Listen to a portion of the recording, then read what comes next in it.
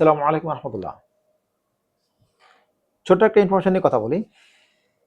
রাজনীতি রাজনীতি যদি হয় অন্যকে গালিগালাজ করা, সত্যকে মিথ্যা বলা, মিথ্যাকে সত্যতে রূপান্তর করা, আর কেউ যদি সঠিক কথা বলে তাকে চাপ দিয়ে চাপিয়ে রাখার চেষ্টা করে, এটা যদি হয় রাজনীতি, তাহলে এটা রাজনীতি হতে পারে না। এটা নোংরামি ছাড়া আর কিচ্ছু না।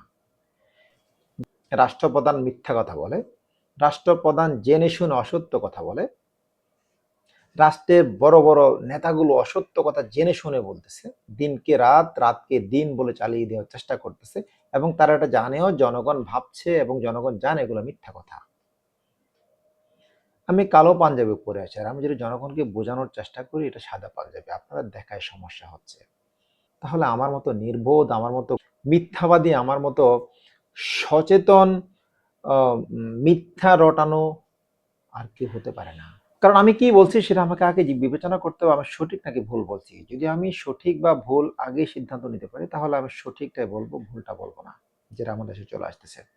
ছোটকাল থেকে আমি জানতাম যে এই সমস্ত বিষয়গুলো নোংরামি, এগুলো হয়তো বা শুধরে যাবে, বড় হলে ঠিক হয়ে যাবে। বড় হওয়ার পথে পরে দেখতেছি, ছোটকালে তো নিজেদের বন্ধু বান্ধবের সাথে পাড়ায় এটা দেখতাম, এখন দেখতেছি না, এটা আন্তর্জাতিক না, এটা আমাদের জাতীয় সমস্যা। যে মিথ্যা কথা বলে, কাউকে মিথ্যা বলে ফাঁসিয়ে দেওয়াটা। এখন কেউ কেউ হয়তো এটা বলতে পারে যেটা আন্তর্জাতিক পর্যায়ে রাজনীতিক বা কূটনীতিক এভাবেই চলে। দেখেন, খারাপ সব সময় খারাপ, আন্তর্জাতিক পর্যায়ে যদি এভাবে চলে তাহলে আমি কেন সেভাবে চলবো? আমি কি ভালো বুঝি না? আমাকে ভালো মেনেই চলতে হবে। আমি দেশের যদি প্রধান হই, অথবা আমি যদি কো প্রধান হই, প্রধান অ্যাসিস্ট্যান্ট হই, দেশের একটা লিডিং পজিশনে আমি থাকি, তাহলে আমাকে সে সমস্ত কথাবার্তাগুলো বলা উচিত যে সমস্ত কথাগুলো দেশের এবং জাতি এবং সমাজের জন্য কল্যাণকর। তাই কি আমরা বলছি? বলছি না। যে যায় পরে, মানে মন চাচ্ছে বলে যাচ্ছি। ধন্যবাদ।